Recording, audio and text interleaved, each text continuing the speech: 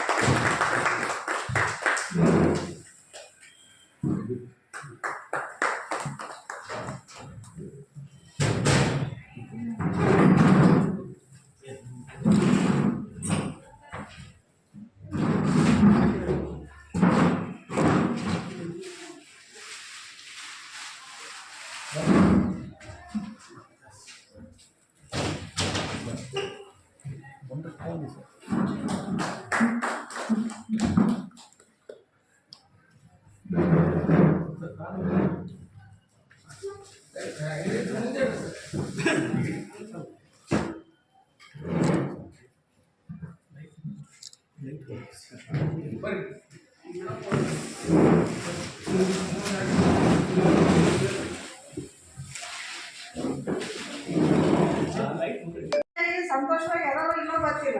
ಅದು ನಮ್ಮ ಜಿಜಿ ಕಾಲೇಜದ ವಿಶೇಷ ಏನದಪ್ಪ ಅಂತಂದ್ರೆ ಪ್ರಾಚಾರ್ಯರು ಹಾಗೂ ಎಲ್ಲ ಉಪನ್ಯಾಸಕ ಬಂಧು ಮಿತ್ರರು ಒಂದು ರೀತಿಯೊಳಗೆ ಅಣ್ಣ ತಮ್ಮ ಅಕ್ಕ ತಂಗಿ ಒಂದು ಸಹೋದರತ್ವದ ಭಾವನೆ, ಒಂದು ಏನೋ ವಿಶೇಷವಾದಂಥ ಬಾಂಧವ್ಯ ಇಲ್ಲಿ ಇಟ್ಕೊಂಡಿದ್ದಾರೆ.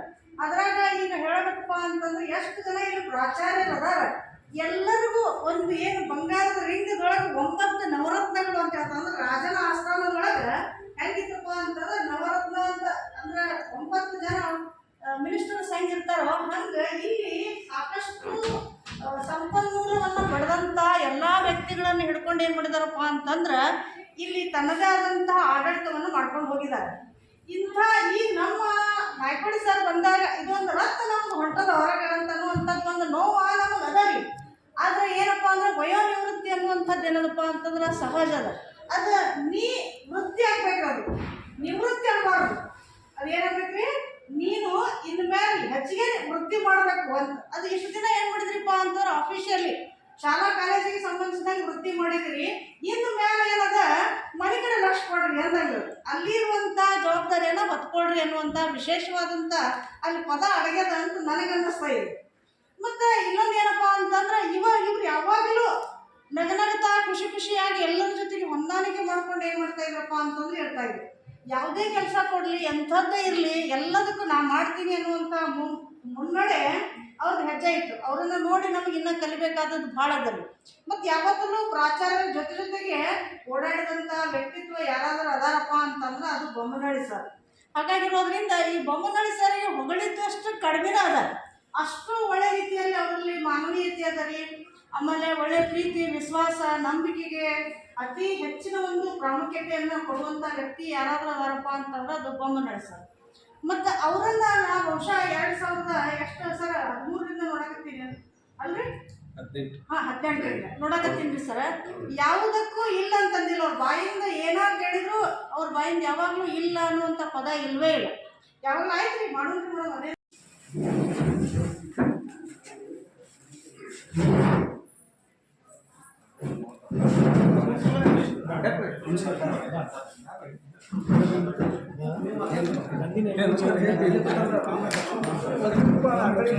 ನೋಡಿಲ್ಲ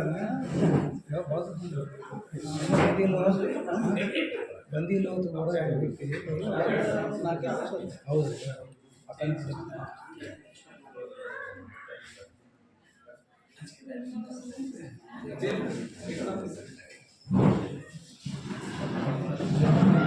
ಆಗಿದ್ದಂಥ ಎಡಿ ಭಗವಾನ್ ಪ್ರಾಚಾರ್ಯರೇ, ನಂತರ ನಮ್ಮ SL ಸಿಗುಂಸಿ ಪ್ರಾಚಾರ್ಯರೇ, ಈ ಸಮಾರಂಭದಲ್ಲಿ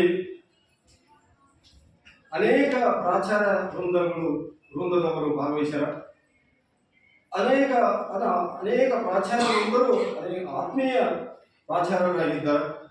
ಅದರಲ್ಲಿ ಪ್ರಮುಖವಾಗಿ ಇಲ್ಲೇ ಕಾರ್ಯಭಾರವನ್ನು ನಿರ್ವಹಿಸಿ ಅತ್ನಿ PU ಕಾಲೇಜಿನಲ್ಲಿ, ಸರ್ಕಾರಿ ಪದವಿ ಪೂರ್ವ ಕಾಲೇಜಿನಲ್ಲಿ ಕಾರ್ಯನಿರ್ವಹಿಸುತ್ತಿರುವಂಥ ಜಂಗಲಿ ಪ್ರಾಚಾರ್ಯರೇ ಮತ್ತು ನಮ್ಮ ಇದೇ ನೆರೆಹೊರೆಯ ಕಾಲೇಜಿನಲ್ಲಿ ಕಾರ್ಯನಿರ್ವಹಿಸುತ್ತಿರುವಂಥ ಅಂದರೆ SS ಯರಾದವ್ ಸರ್ ಪ್ರಾಚಾರ್ಯರೇ, ಅದು ಹುನ್ನೂರು ಸರ್ಕಾರಿ ಪದವಿ ಪೂರ್ವ ಕಾಲೇಜಿನ ಪ್ರಾಚಾರ್ಯರಾಗಿದ್ದಂಥ ಮುಳ್ಳುಮೂರು ಸರ್ ಅವರೇ, ನಮ್ಮ ಕಾಲೇಜಿನಿಂದ ಪದೋನ್ನತ ಹೊಂದಿ ಈಗ ಮೈಸೂರು ಕಾಲೇಜಿನ ಪ್ರಾಚಾರ್ಯರಾಗಿದ್ದಂಥ ಅಂದರೆ ML ಪಾಟೀಲ್ ಸರ್ ಅವರೇ, ಮತ್ತು ಈ ಸಮಾರಂಭದಲ್ಲಿ ಭಾಗವಹಿಸಿದಂಥ ಮಸೂತಿ ಸರ್ ಅವರೇ, ಅಂದರೆ ಅದಲ್ಲದೆ ಬಗಲಿ ಪಾಟೀಲ್ ಸರ್ ಅವರೇ, ಮತ್ತು BLD ಕಾಲೇಜಿನ ಉಪನ್ಯಾಸಕರೊಂದಿಗೆ ಮತ್ತು ನಮ್ಮ ನೆರೆಯ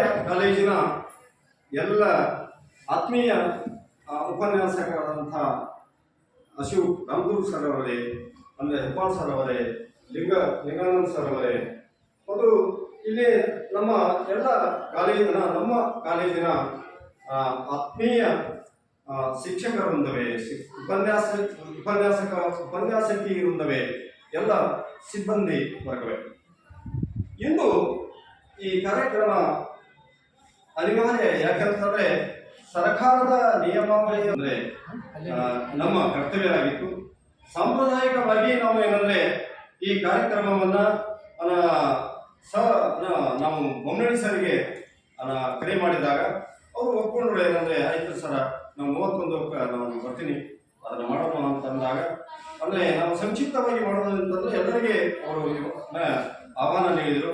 ಅದು ಒಳ್ಳೆ ಅಂದ್ರೆ ಯಾಕಂದ್ರೆ ಎಲ್ಲರೂ ಕೂಡುವುದು ಇಂಥ ಒಂದು ಸಮಾರಂಭದಲ್ಲಿ, ಅಂಥ ಒಂದು ಒಳ್ಳೆಯ ಸಮಾರಂಭ ಆಗಿರುವುದರಿಂದ ಇಲ್ಲಿ ನಮ್ಮ ಬೊಮ್ಮನಹಳ್ಳಿ ಸರ್ ತಾವೇ ಈಗ ಹೇಳ್ಕೊಂಡ್ರು ಏನಂತಂದ್ರೆ, ಇಲ್ಲಿ ಸುಮಾರು ನಾನು 8 ವರ್ಷ ಈ ಸಂಸ್ಥೆಯಲ್ಲಿ ಸೇವೆ ಸಲ್ಲಿಸಿದೆ ಅಂತ.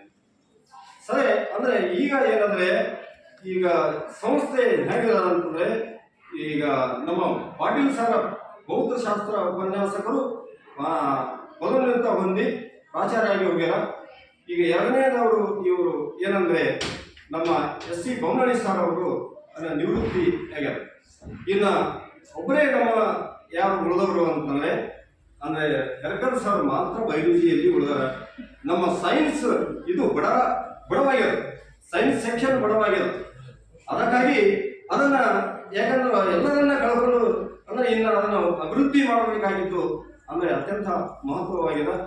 ಇವರು ಅಂದ್ರೆ ನಾವು ಏನಾಗಿದೆ ಅಂದ್ರೆ ಇವರು ಇಲ್ಲಿಯವರೆಗೆ ಅಂದ್ರೆ ಎಂಥ ಒಂದು ಒಡನಾಡಿಗಳಿದ್ದು ಅಂದ್ರೆ ಎಲ್ಲರಿಗೆ ಎಲ್ಲ ವಿದ್ಯಾರ್ಥಿಗಳಿಗೆ ಬಹಳಷ್ಟು ಅಂದ್ರೆ ಅನನ್ಯವಾದಂತಹ ಒಂದು ಸಂಬಂಧವನ್ನ ನಾವು ಈ ಯಾರು ನಮ್ಮ ಅಂದ್ರೆ ಬೊಮ್ಮನಹಳ್ಳಿ ಸರ್ನ ನಾವು ಕಾಣ್ತಿದ್ದೆವು. ಯಾಕಂದ್ರೆ ಇವರು ಸೇವೆ ಹೇಗಿತ್ತು ಅಂತಂದ್ರೆ ಸಾಮಾನ್ಯವಾಗಿ ಇವರು ಬರ್ತಿದ್ರು. ನಾನು ಏನಂದ್ರೆ ಭಾಳ ಅಂದ್ರೆ 8 ತಿಂಗಳಾಯ್ತು, ನಾನು ಇಲ್ಲಿ 8-9 ತಿಂಗಳಾಯ್ತು. ಆದ್ರೆ ಇವರನ್ನ ನಾವು ಹೆಂಗ್ ಬರ್ತಿದ್ರು ಅಂತಂದ್ರೆ ಇನ್ನೂ ಯಾಕ ಬರ್ಲಿಲ್ಲವ ಬಿಜಾಪುರದವ, ಅಂದ್ರೆ ಏನು ವಾರದಾಗ ಆ ದಿನ ಬಂದು ಹೋಗವ, ಈ ತರ ಒಂದು ಮನೋಭಾವ. ಯಾಕಂದ್ರೆ ಸಾಮಾನ್ಯವಾಗಿ ಇವರಲ್ಲಿ ಎಲ್ಲರನ್ನು ಬರ್ಬರ್ತಾ ನಗ್ತೋದೆ ಅಂತ ಮಾತಾಡ್ತಿದ್ರು. ಅಂದ್ರೆ ಯಾರನ್ನೂ ದ್ವೇಷ ಮಾಡ್ತಿರ್ಲಿಲ್ಲ, ಯಾರನ್ನೂ ಏನಂದ್ರೆ ಹರ್ಟ್ ಮಾಡಬೇಕು ಅನ್ನುವಂಥ ಒಂದು ಸ್ವಭಾವ ಅವರಲ್ಲಿ ಇರಲಿಲ್ಲ. ಇಂಥ ಒಂದು ಒಡನಾಡಿಗಳನ್ನ ನಾವು ಇಂದು ಕಳ್ಕೊತೀವಿ. ನಮ್ಮ ಸಂಸ್ಥೆ ಅವರು ನಮ್ಮ ಸಂಸ್ಥೆಯಿಂದ ಹೊರ ಹೋಗ್ತಾರ. ಅವರ ಅಗಾಧವಾದಂತಹ ಸೇವೆ ಸಲ್ಲಿಸಿದ್ದಕ್ಕಾಗಿ ನಮ್ಮ ಸಂಸ್ಥೆಯ ಪರವಾಗಿ, ಈ ಶಿಕ್ಷಣದ ಪರವಾಗಿ, ನಮ್ಮ ಸಂಸ್ಥೆಯ ಪರವಾಗಿ ಅವರಿಗೆ ಅನಂತ ಅಭಿನಂದನೆಗಳನ್ನ ಮೊದಲು ಸಲ್ಲಿಸ್ತಾ ಬರ್ತೇನೆ. ಅದೇ ರೀತಿಯಾಗಿ ಸಾಮಾನ್ಯವಾಗಿ ಇವರು ಕೆಲವೊಂದು ವಿಚಾರದಲ್ಲಿ ಬಹಳಷ್ಟು ಮಾರ್ಮಿಕವಾದಂತಹ ವಿಚಾರವನ್ನು ಹೊಂದಿದರು. ಯಾಕಂದ್ರೆ ನಾನು ಕಂಡಂತೆ ಬಹಳ ದಿನ ಇವರು ನಮ್ಮ ಒಡನಾಟ ಹೇಗಿತ್ತು ಅಂತಂದ್ರೆ ಹೇಗೆ ನಮ್ಮನ್ನು ಇವರನ್ನು ಎಲ್ಲರನ್ನ ಹೇಗೆ ಕೂಡಿಸ್ತಾರೆ ಅಂದ್ರೆ ನಿಸರ್ಗದಲ್ಲಿ ಎತ್ತಣ ಮಾಮನ ಎತ್ತಣ ಹೋಗಿಲೆ ಎತ್ತಣ ದತ್ತ ಸಂಬಂಧವಯ್ಯ. ನಾನು ಇಲ್ಲಿ ಬರ್ತೀನಿ ಅನ್ನೋದು ನನಗೂ ಸಹ ಕನಸಿರಲಿಲ್ಲ. ನಾನು ಸುಮ್ಮನೆ ಏನಂದ್ರೆ ಇಲ್ಲಿ ಬರಬೇಕಂತ ಇದು ಇತ್ತು. ಆದರೆ ಇಲ್ಲಿ ಬಂದಿದ್ದಕ್ಕಾಗಿ ಇವರ ಸ್ನೇಹ ಅಂದ್ರೆ ಬಾಂಧವ್ಯ ಇದು ಬೆಳೀತಾ ಹೋಯಿತು. ನಾನು ಬರದೇ ಇದ್ದರೆ ಇವರೆಲ್ಲರ ನಮ್ಮ ಉಪನ್ಯಾಸಕರ ಸೇವೆ ಅಟ್ಟಗಟ್ಟೆ ಇರ್ತಿತ್ತು. ಹೀಗಾಗಿ ಇಲ್ಲಿ ಬರುವುದರಿಂದ ಇಲ್ಲಿಯ ಒಡನಾಡಿಗಳು ಹೆಚ್ಚಾಗಿ ಇರುವುದರಿಂದ ನಮ್ಮ ಆತ್ಮೀಯತೆ ಹೆಚ್ಚಳವಾಗ್ತಾ ಹೋಗ್ಯದ.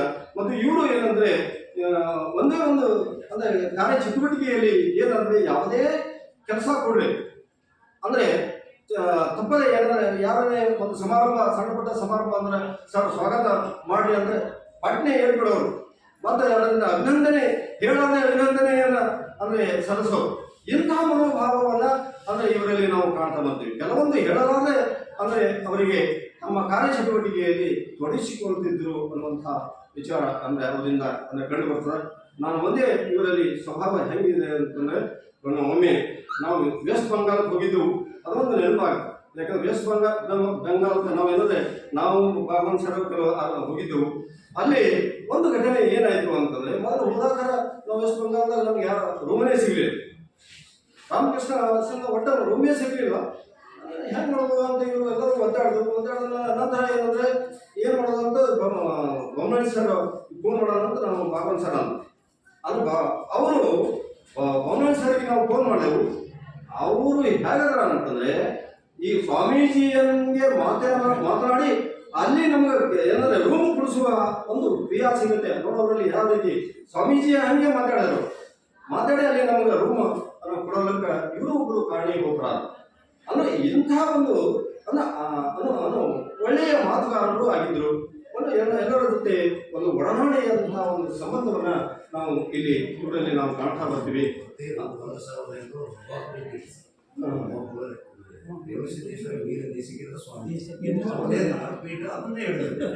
ಈ ರೀತಿಯಾದಂತಹ ಒಂದು ಸ್ವಭಾವ ಇವರಲ್ಲಿ ನಾವು ಕಾಣ್ತೀವಿ. ಇಲ್ಲಿ ವೃತ್ತಿ ಅನ್ನೋದು ಅಂದ್ರೆ ಯಾವಾಗಲೂ ವೃತ್ತಿಯಿಂದ ಬರ್ತದ ಅಂತ ಬೇಕೇರಿ ಸರ್ ಸರಿ. ಯಾಕಂದ್ರೆ ವೃತ್ತಿಯಿಂದ ನಿವೃತ್ತಿ ಆಗಬಹುದು ವಿನಃ ಪ್ರವೃತ್ತಿಯಿಂದ ನಿವೃತ್ತಿ ಆಗೋದಿಲ್ಲ. ಇವರು ನಿಜವಾಗಿ ವೃತ್ತಿಯಿಂದ ಇಂದು ನಿವೃತ್ತಿ ಹೊಂದಿರಬಹುದು. ತಮ್ಮ ಕಾರ್ಯಚಟುವಟಿಕೆಗಳನ್ನ ಇತರ ಪ್ರವೃತ್ತಿಯ ಚಟುವಟಿಕೆಗಳನ್ನ ಅವರು ನಿರಂತರವಾಗಿ ಅವರ ಜೀವನದ ಉದ್ದಕ್ಕೂ ಅದು ಮುಂದುವರಿಸಿಕೊಂಡು ಹೋಗಬಹುದು. ಆದರೆ ಅದಕ್ಕಾಗಿ ಜಪಾನದಲ್ಲಿ ಒಬ್ಬರು ಹೇಳ್ತಾ ಹೋಗ್ತಾರ, ಜಪಾನದಲ್ಲಿ 100 ವರ್ಷ ಯಾಕೆ ಬದುಕ್ತಾರ ಅನ್ನೋದಕ್ಕೆ ಒಂದು ವಿಚಾರವನ್ನ ಅಂದ್ರೆ ಒಬ್ಬ ಏನಂದ್ರೆ ಸಾಹಿತ್ಯ ಈ ತರ ಹೇಳ್ತಾರ ಅಂತಂದ್ರೆ ಸಾಮಾನ್ಯವಾಗಿ ಜಪಾನದಲ್ಲಿ 100 ವರ್ಷ ಬದುಕಲಿಕ್ಕೆ ಮೂಲ ಕಾರಣ ಏನಂದ್ರೆ ಒಂದು 10 ಸೂತ್ರಗಳನ್ನ ಅವರು ಅಳವಡಿಸಿಕೊಳ್ತಾರ. ಅದರಲ್ಲಿ 2 ಸೂತ್ರಗಳನ್ನ ನಾವು ಎಲ್ಲವನ್ನು ಹೇಳಕ್ಕೆ ಹೋಗುದಿಲ್ಲ. 2 ಸೂತ್ರ ಅಂದ್ರೆ ಮಾತ್ರ ಇಲ್ಲಿ ಅಂದ್ರೆ ಹೇಳಲಿಕ್ಕೆ ನಾವು ಇಷ್ಟಪಡ್ತೀನಿ. ಏನಂತಂದ್ರೆ ಸ್ಟೇ ಆಕ್ಟಿವ್ ಡೋಂಟ್ ರಿಟೈರ್ಡ್ ಅಂದ್ರೆ ಸದಾ ಏನಂದ್ರೆ ಕ್ರಿಯಾಶೀಲರಾಗಿ ಆದ್ರೆ ನಿವೃತ್ತಿ ಆಗಬಾರ್ದು. ನಿವೃತ್ತಿ ಆಗೋದು ಅಂದ್ರೆ ಸದಾ ಕ್ರಿಯಾಶೀಲರಾದಾಗ ನಿವೃತ್ತಿ ಅನ್ನುವಂಥ ಪ್ರಶ್ನೆಯೇ ಬರುವುದಿಲ್ಲ. ನಾನು ತಲೆಗೆ ನಿವೃತ್ತಿ ಅಂದಾಗ ನನ್ನ ವಿಚಾರ ಕೂಗ್ತಾ ಹೋಗ್ತದೆ, ನಾನು ಮಾಡುವ ಕ್ರಿಯೆ ಕೂಗ್ತಾ ಹೋಗ್ತದೆ. ನಾನು ಮಾಡುವ ಕ್ರಿಯೆ ಕುಗ್ಗಿದಾಗ ನನ್ನ ವಯಸ್ಸು ಕುಗ್ತಾ ಹೋಗ್ತದೆ. ನನ್ನ ವಯಸ್ಸು ಕುಗ್ಗಿದಾಗ ನಾವೇನಂದ್ರೆ ನಾನು ಆಟೋಮೆಟಿಕಲಿ ನನ್ನ ದೈನಂದಿನ ಚಟುವಟಿಕೆಗಳು ಅಂದ್ರೆ ಸ್ಥಗಿತ ಕ್ರಮೇಣ ಕಡಿಮೆ ಆಗ್ತಾ ಬರ್ತದೆ. ಅದಕ್ಕಾಗಿ ಯಾವಾಗಲೂ ನೀವು ಕ್ರಿಯಾಶೀಲ ಚಟುವಟಿಕೆಗಳಲ್ಲಿ ತೊಡಗಿಸಿಕೊಳ್ಳ್ರಿ ಅನ್ನೋದಂತಹ ಒಂದು ಸಲಹೆಯನ್ನ ನಾವು ಇವರಿಗೆ ಕೊಡ್ತಾ ಮತ್ತು ಲಿವ್ ಇನ್ ದ ಮೂಮೆಂಟ್ ಈ ಕ್ಷಣದಲ್ಲಿ ಬದುಕಬೇಕಾಗ್ತದೆ. ಆ ಹಿಂದಿನ ಕ್ಷಣಗಳನ್ನ ನೆನಪಿಸ್ಕೊತಾ ಮುಂದೆ ಆಗುವಂತಹ ಕ್ಷಣಗಳನ್ನ ಅಂದ್ರೆ ನೆನಪಿಸ್ಕೊತಾ ಬದುಕುವುದು ಬೇಡ. ಈ ಕ್ಷಣ ಯಾವ ರೀತಿ ಹೇಗೈತಿ ಅದನ್ನು ಒಪ್ಪಿಕೊಂಡು ಬದುಕುವಂತಹ ಕಾರ್ಯವನ್ನ ನಾವು ತೊಡಗಬೇಕು. ಯಾಕಂದ್ರೆ ಮುಂದೆ ಹೀಗಾಗ್ತದ, ಹಿಂದೆ ಈ ತರ ಇದ್ದೆವು, ಇವುಗಳನ್ನ ನೆನಪಿಸಿದಾಗ ಮನುಷ್ಯನಲ್ಲಿ ಏನಾಗ್ತದೆ ಅಂದ್ರೆ ಸ್ವಲ್ಪ ಆತಂಕಗಳು ಆಗ್ತವ, ಅಂದ್ರೆ ತೊಂದರೆ ಆಗ್ತದೆ, ಮಾನಸಿಕ ನೆಮ್ಮದಿ ಹೊರಟು ಹೋಗ್ತದೆ. ಅದಕ್ಕಾಗಿ ಇವುಗಳನ್ನ ಅದು ಆ ಥರ ಆಗೋದು ಬೇಡ. ಅದಕ್ಕಾಗಿ ಲಿವ್ ಇನ್ ದ ಮೂಮೆಂಟ್, ಈ ಕ್ಷಣ ಹೇಗದೀವಿ ಹಾಗ ಇದ್ದಂಗೆ ನಾವು ಬದುಕಬೇಕು. ಅಂತಹ ನಾವು ನೆಮ್ಮದಿಯಿಂದ ಅಂದ್ರೆ ಜೀವನದಲ್ಲಿ ಬದುಕಲಿಕ್ಕೆ ಸಾಧ್ಯ ಆಗ್ತದ ಅಂತ ಅಂದ್ರೆ ಅವರಿಗೆ ಅಂದ್ರೆ ಅದಕ್ಕಾಗಿ 1-2 ಮಾರ್ಗದರ್ಶನಗಳನ್ನ ನೀಡುತ್ತಾ ಇಲ್ಲಿ ವೃತ್ತಿ ಅನ್ನೋದು ಅಂದ್ರೆ ಈ ನಿವೃತ್ತಿ ಅನ್ನೋದು ಸ್ವಾಭಾವಿಕ ಪ್ರಕ್ರಿಯೆ. ಯಾಕಂದ್ರೆ ಇಲ್ಲಿ ಸಾಮಾನ್ಯವಾಗಿ ಸಾಂಪ್ರದಾಯಿಕವಾಗಿ ನಾವು ಯಾವ ರೀತಿಯಾಗಿ ಇದು ಮಾಡ್ತೀವಿ ಅಂದ್ರೆ ಈ ಏಣಿಯಿಂದ ಏರಿದಾಗ ಕೆಳಗೆ ಇಳಿಯಲೇಬೇಕು. ಏರಿದ ಗಾಳಿಪಟ ಕೆಳಗೆ ಇಳಿಯಲೇಬೇಕು. ಬಸ್ಸು ಹತ್ತಿದ ನಂತರ ಕೆಳಗೆ ಇಳಿಯಲೇಬೇಕು. ಒಮ್ಮೆ ಸೇವೆಗೆ ಸೇರಿದ ನಂತರ ನಿವೃತ್ತಿ ಹೊಂದಲೇಬೇಕು. ಅದಕ್ಕಾಗಿ ಇಂದು ನಾವು ಸಾಂಪ್ರದಾಯಿಕವಾಗಿ ಅಂದರೆ ಈ ಸರ್ಕಾರದ ನಿಯಮದ ಪ್ರಕಾರ ಅವರಿಗೆ ನಾವು ಅನಿವಾರ್ಯವಾಗಿ ಬೀಳ್ಕೊಡುಗೆ ಮಾಡಲೇಬೇಕಾಗ್ತದೆ. ಯಾಕೆಂದರೆ ಅದು ನಿಮ್ಮ ಒತ್ತಾಯ ಹೇಳಿಲ್ಲ. ಅದಕ್ಕಾಗಿ ಸರ್ಕಾರದ ನಿಯಮವನ್ನು ನಾವು ಎಲ್ಲರೂ ಪಾಲಿಸಲೇಬೇಕಾಗ್ತದೆ. ಇಂಥ ಒಂದು ಅಂದರೆ ಒಳ್ಳೆಯ ಒಡನಾಡಿ ವ್ಯಕ್ತಿಗಳನ್ನು ನಮ್ಮ ಸಂಸ್ಥೆ ಅಂದರೆ ನಮ್ಮ ಸಂಸ್ಥೆ ಹೊರಗೆ ಹಾಕುವುದು ಅಥವಾ ಬೀಳ್ಕೊಡುಗೆ ಎಂಬುದು ಬೆಸುಗೆಯ ಸಡಲಿಕೆ. ಬೀಳ್ಕೊಡುಗೆ ಎಂಬುದು ಬೆಸುಗೆಯ ಅಂತಂದ್ರೆ ಇವರು ನಮ್ಮ ನಡುವೆ ಈ ಬೆಸದಂತಹ ಒಂದು ಒಡನಾಟ ಸ್ವಲ್ಪ ಕಡಿಮೆ ಆಗ್ತಾ ಹೋಗ್ತದೆ. ಯಾಕಂದ್ರೆ ನಂತರ ಅಂದ್ರೆ ಇದು ಆಗ್ಬೋದು, ಆದ್ರೂ ಸ್ವಲ್ಪ ಕಡಿಮೆ ಆಗ್ತದೆ. ಯಾಕಂದ್ರೆ ಅಷ್ಟು ಆತ್ಮೀಯ ಬರುದಿಲ್ಲ. ಬರ್ತಾರ ದಿನ ಏನಂದ್ರೆ ಬರ್ತಾರ, ಒಡನಾಟಗಳು ಜಾಸ್ತಿ ಇರ್ತದ. ಆದ್ರೆ ಅದು ಮಾಡಿ ಇದು ಅಂತ ಹೇಳ್ತೀವಿ. ಈಗ ಅವ್ರು ಏನಂದ್ರೆ ತಮ್ಮ ಕೆಲಸದಲ್ಲಿ ತಾವು ತೊಡಗ್ತಾರೆ. ಆದ್ರೆ ಅವರು ಅಂದ್ರೆ ನಾವೇ ಆಗಿ ಅವ್ರಿಗೆ ಫೋನ್ ಮಾಡಬೇಕು, ಅವರಾಗಿ ನಮಗೆ ಫೋನ್ ಮಾಡಬೇಕು. ಈ ತರ ಒಂದು ಅಂದ್ರೆ ಇದರಿಂದ ಏನಾಗ್ತದೆ ಅಂದ್ರೆ ಸ್ವಲ್ಪ ಒಡನಾಟಗಳು ಸ್ವಲ್ಪ ಕಡಿಮೆ ಆಗ್ತಾವೆ. ಈಗ ವೃತ್ತಿ ಅಂದ್ರೆ ಅದಕ್ಕಿಲ್ಲ ಅಂದ್ರೆ ಬೀಳ್ಕೊಡುಗೆ ಎಂಬುದು ಬೆಸುಗೆಯ ಸಡಲಿಕೆ. ಬೆಸುಗೆ ಅಂದ್ರೆ ಇವರ ನಡುವೆ ಈ ಬೆಸದಂತಹ ಒಂದು ಒಡನಾಟ ಏನಾಗ್ತದ, ಕಡಿಮೆ ಆಗ್ತಾ ಹೋಗ್ತದೆ. ಯಾಕೆ ಕಡಿಮೆ ಆಗ್ತದೆ ಅಂದ್ರೆ ಅದು ಬೀಳ್ಕೊಡುಗೆ ಆದ ನಂತರ ಅವರು ತಮ್ಮ ಕಾರ್ಯಚಟುವಟಿಕೆಯಲ್ಲಿ ತೊಡಗ್ತಾರೆ. ಈಗ ನಾವು ಅವರು ದಿನ ಸಂಪರ್ಕದಲ್ಲಿ ಬರುವುದಿಲ್ಲ. ಅದಕ್ಕಾಗಿ ಅವರು ಏನಂದ್ರೆ ಹೀಗಾಗಿ ಆದರೂ ಸಹ ನಮ್ಮವರಾಗಿ ಇರ್ತಾರ. ಯಾವಾಗಲೂ ಸಹ ಯಾಕಂದ್ರೆ ನಮ್ಮ ಸಪೋರ್ಟ್ ಆಗಿ ನಿಲ್ತಾರ. ಅವರು ಯಾಕಂದ್ರೆ ಒಳ್ಳೆಯ ಸ್ವಭಾವ ಅವರಲ್ಲಿ ನಾವು ಕಾಣ್ತಾ ಬರ್ತೀವಿ. ಇಂಥ ಒಂದು ವ್ಯಕ್ತಿತ್ವವನ್ನ ಹೊಂದಿದಂಥ ನಮ್ಮ ಒಡನಾಡಿಗಳು ಆದಂಥ ಎಸ್.ಸಿ. ಬೊಮ್ಮನಹಳ್ಳಿ ಸರ್ ಅವರನ್ನ ನಮ್ಮ ಸಂಸ್ಥೆ ಮರೆಯಲಾದಂತಹ ಒಂದು ಉಪನ್ಯಾಸಕರನ್ನ ಕಳೆದುಕೊಂಡಂತಾಗಿದೆ. ಅದಕ್ಕಾಗಿ ಇಂಥ ವ್ಯಕ್ತಿತ್ವವನ್ನ ಅವರು ಸದಾ ಮುಂದುವರಿಸಿಕೊಂಡು ಹೋಗಬೇಕು. ಮತ್ತು ಇವರ ನಿವೃತ್ತಿ ಈಗಾಗಲೇ ಹೇಳಿದ್ರು ಸರ್, ಇವರೆಲ್ಲ ಈಗ ಮಕ್ಕಳು ಸಹ ಒಂದು ಹಂತದಲ್ಲಿ ಒಂದು ಹಂತಕ್ಕೆ ಬಂದರೆ, ಆದ್ರೆ ಅವರು ಸಹ ನೆಮ್ಮದಿಯಿಂದ ಜೀವನವನ್ನ ಸಾಗಿಸುವಲ್ಲಿ ಅವರಿಗೆ ಒಂದು ಸ್ಥಾನಮಾನ ದೊರಕುತ್ತದೆ.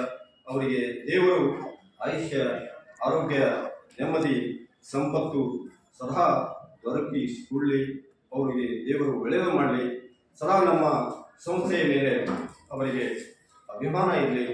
ಈ ಸಂಸ್ಥೆ ಕರೆದಾಗ ಅವರು ಬರುವಂತೆ ಆಗಲಿ ಆಶಾಭಾವನೆಯನ್ನು ವ್ಯಕ್ತಪಡಿಸುತ್ತಾ, ಈ ಸಂಸ್ಥೆಯಲ್ಲಿ ನಾವು ಕರೆದ ತಕ್ಷಣ ಆ ನಿವೃತ್ತಿಯಲ್ಲಿ ಬಂದು ಪಾಲ್ಗೊಂಡು ಆ ನಿವೃತ್ತಿಯನ್ನು ಸ್ವೀಕರಿಸಿ ಆ ನಿವೃತ್ತಿಯನ್ನು ಸನ್ಮಾನವನ್ನು ಸ್ವೀಕರಿಸಿ ಅದನ್ನ ತಮ್ಮ ಅಭಿಪ್ರಾಯವನ್ನು ದೀರ್ಘವಾಗಿ ಹಂಚಿಕೊಂಡರು. ನಾವು ಎಲ್ಲೆಲ್ಲಿ ಕಾರ್ಯಚಟುವಟಿಕೆಗಳನ್ನು ಮಾಡ್ಯಾರ ಅನ್ನೋದನ್ನ ಎಲ್ಲ ಅಭಿಪ್ರಾಯಗಳನ್ನು ಹಂಚಿಕೊಂಡರು. ಅವರ ಮಾರ್ಗದರ್ಶನ, ಅವರ ವಿಚಾರ ಈ ಒಳ್ಳೆಯದಾಗಿ ಮುಂದುವರಿಲಿ ಅನ್ನುವಂಥ ಆಶಾಭಾವನೆಯನ್ನ ತಾಳುತ್ತಾ ಈ ಸಮಾರಂಭದಲ್ಲಿ ಭಾಗವಹಿಸಿದ ಎಲ್ಲ ಉಪನ್ಯಾಸಕಿ ಮತ್ತು ಎಲ್ಲ ಪ್ರಾಚಾರ್ಯವೃಂದಕ್ಕೂ ಎಲ್ಲ ನಮ್ಮ ಪಾಟೀಲ್ ಸರ್ ಅಥವಾ ಇತರ ಸಿಬ್ಬಂದಿ ವರ್ಗಕ್ಕೂ ನಾನು ನಮಸ್ಕರಿಸಿ ನನ್ನ ವಿಚಾರವನ್ನು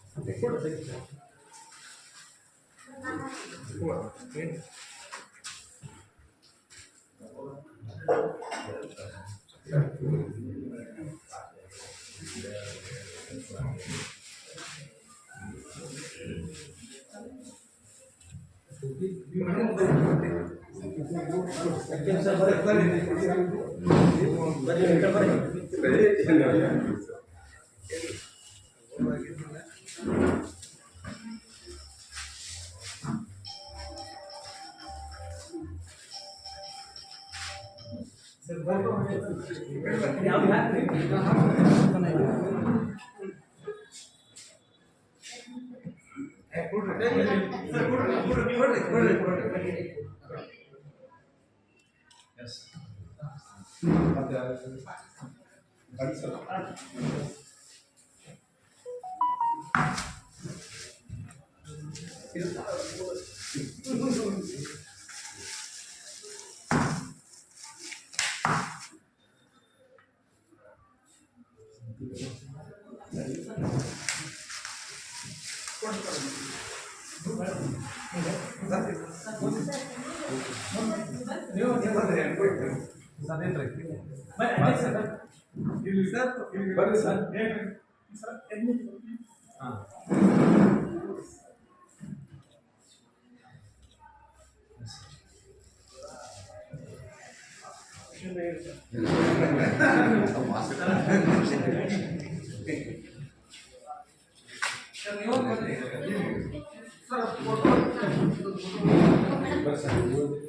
ಎಲ್ಲರಿಗೂ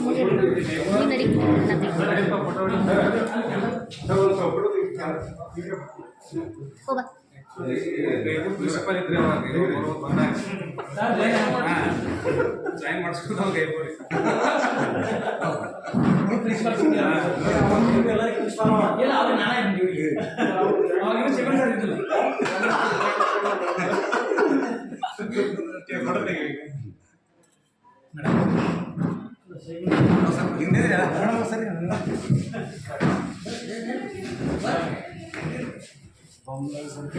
ಜಾಯ್ನ್ ಆಗಿ ಇದು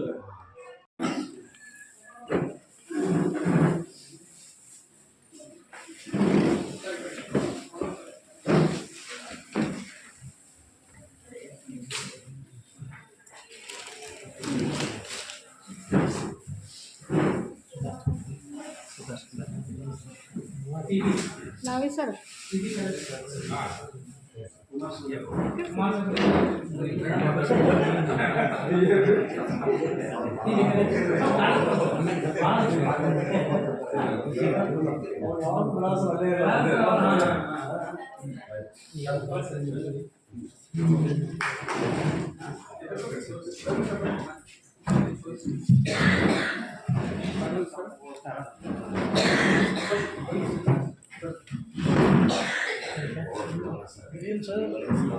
ಬ್ಯಾಡ್ ನ್ಯೂಸ್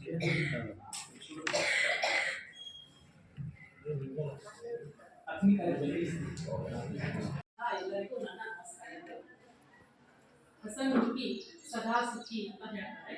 ಹಾಗೆ ಸೌಮ್ಯ ಸ್ವಭಾವದ, ನಗುಮೊಗದ ಹಾಗೂ ಸದಾ ಕ್ರಿಯಾಶೀಲರಾಗಿ ನಮ್ಮೆಲ್ಲರೊಡನೆ ಆತ್ಮೀಯವಾಗಿ ಬೆಳೆದು ಎಲ್ಲ ಕೆಲಸ ಕಾರ್ಯಗಳಲ್ಲಿ ಕೂಡ ಸಹಕಾರವನ್ನು ನೀಡುವಂತಹ ನಮ್ಮ ಬೊಮ್ಮನಳ್ಳಿ ಸರ್ ಅವರ ಗುಣಗಳನ್ನು ನಾವು ನಿಜವಾಗ್ಲೂ ಕಲಿಬೇಕಾಗಿದೆ. ಸುಮಾರು 31 ವರ್ಷಗಳ ಅಖಂಡ ಸೇವೆಯನ್ನು ಸಲ್ಲಿಸಿ ಇವತ್ತು ಅವರು ನಿವೃತ್ತಿ ಹೊಂದತಕ್ಕಂಥ ದಿನ ಆಗಿದೆ. ಇವತ್ತು ಅವರನ್ನು ಬೀಳ್ಕೊಡಲಿಕ್ಕೆ ಎಲ್ಲರೂ ಆಗಮಿಸಿದ್ದಾರೆ. ಸೊ ಈ ಕಾರ್ಯಕ್ರಮಕ್ಕೆ ಆಗಮಿಸಿ ಅವರನ್ನು ಹೃತ್ಪೂರ್ವಕವಾಗಿ ಸತ್ಕರಿಸಿದಂತಹ ನಮ್ಮ ಕಾಲೇಜಿನ ಪ್ರಾಚಾರ್ಯರಾದಂತಹ ಶ್ರೀಯುತ SR ನಾಯ್ಕೋಡಿ ಸರ್ ಅವರಿಗೂ ಹಾಗೂ ಕಾಲೇಜಿನ ಅಭಿವೃದ್ಧಿ ಸಮಿತಿಯ ಅಧ್ಯಕ್ಷರು ಮತ್ತು ಸದಸ್ಯರನ್ನು ಇಲ್ಲಿ ಮೊನ್ನೆ ತಾನೇ ಪದೋನ್ನತಿ ಹೊಂದಿ ಮೈದೂರು ಕಾಲೇಜಿಗೆ ಪ್ರಾಚಾರ್ಯರಾಗಿ ನೇಮಕರಾಗಿರ್ತಕ್ಕಂಥ ಶ್ರೀಯುತ ML ಪಾಟೀಲ್ ಸರ್ ಅವರನ್ನು ಮತ್ತು ನಮ್ಮ ಕಾಲೇಜಿನಲ್ಲಿ ಸೇವೆ ಸಲ್ಲಿಸಿ ನಿವೃತ್ತರಾದಂತಹ ಶ್ರೀಯುತ HL ಶೇಖುಂಶಿ ಸರ್ ಹಾಗೂ ಶ್ರೀಯುತ ಎಡಿ ಭಾಗವಾನ್ ಸರ್ ಅವರಿಗೂ ಮತ್ತು ನಮ್ಮ ನೆರೆ ಕಾಲೇಜಿನ ಕಬ್ಬು ಕಾಲೇಜಿನ ಪ್ರಾಚಾರ್ಯರು ಹಾಗೂ ತುಮೂರು ಕಾಲೇಜಿನ ಪ್ರಾಚಾರ್ಯರಾಗಿರ್ತಕ್ಕಂಥ ಶ್ರೀಯುತ ಮುಂಡಗೂರು ಸರ್ ಅವರಿಗೂ ಮತ್ತು ಅಗ್ನಿ ಕಾಲೇಜಿನ ಶ್ರೀಯುತ ಜಂಗಿರಿ ಸರ್ ಅವರಿಗೂ ಮತ್ತು ಇನ್ನುಳಿದಂತಹ ಎಲ್ಲ ಉಪನ್ಯಾಸಕ ಬಂಧು ಭಗಿನಿಯರನ್ನ ನಾನು ಹೃತ್ಪೂರ್ವಕವಾಗಿ ವೈಯಕ್ತಿಕವಾಗಿ ಹಾಗೂ ಕಾಲೇಜಿನ ಪರವಾಗಿ ಧನ್ಯವಾದಗಳನ್ನು ಅರ್ಪಿಸ್ತೇನೆ.